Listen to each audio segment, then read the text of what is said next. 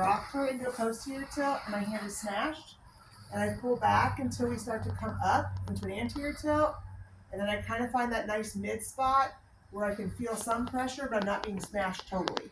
Does that make sense? So I'm going from anterior tilt to posterior tilt and then finding my middle ground.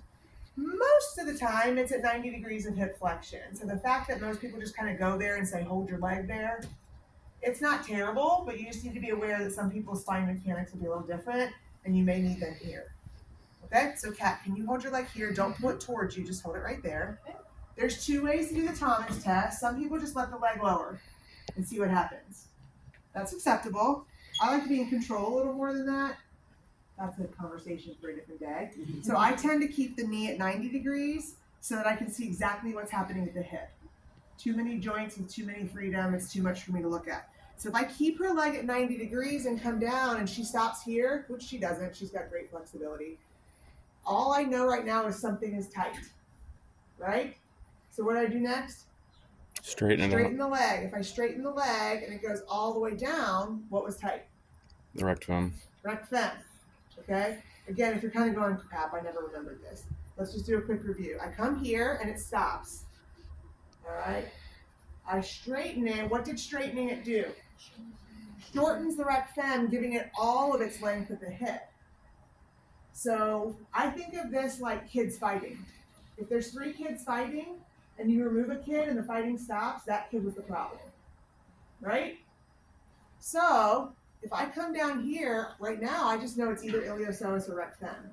I'm going to take the rectum out of the equation by giving it all the room it needs.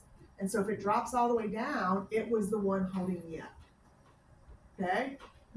If you do good, okay. If I drop it and I lift it and nothing happens, what's my problem? Iliopsoas. All right? Finally, if you raise it and it drops some but not all the way, now you know they're both tight.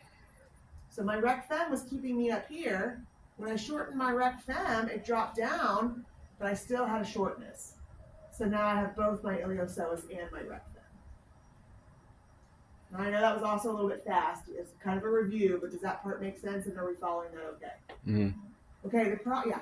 I could be wrong, but I think when we learn this, we stabilize the pelvis. Do you not need to do that? If she's holding it here, that is stabilizing the pelvis. Okay. So if you don't have her holding her leg, if it's propped on a table, some people do this back further where her leg is sitting on a mat or sitting on a chair beside it or not doing anything at all, then you would have to stabilize.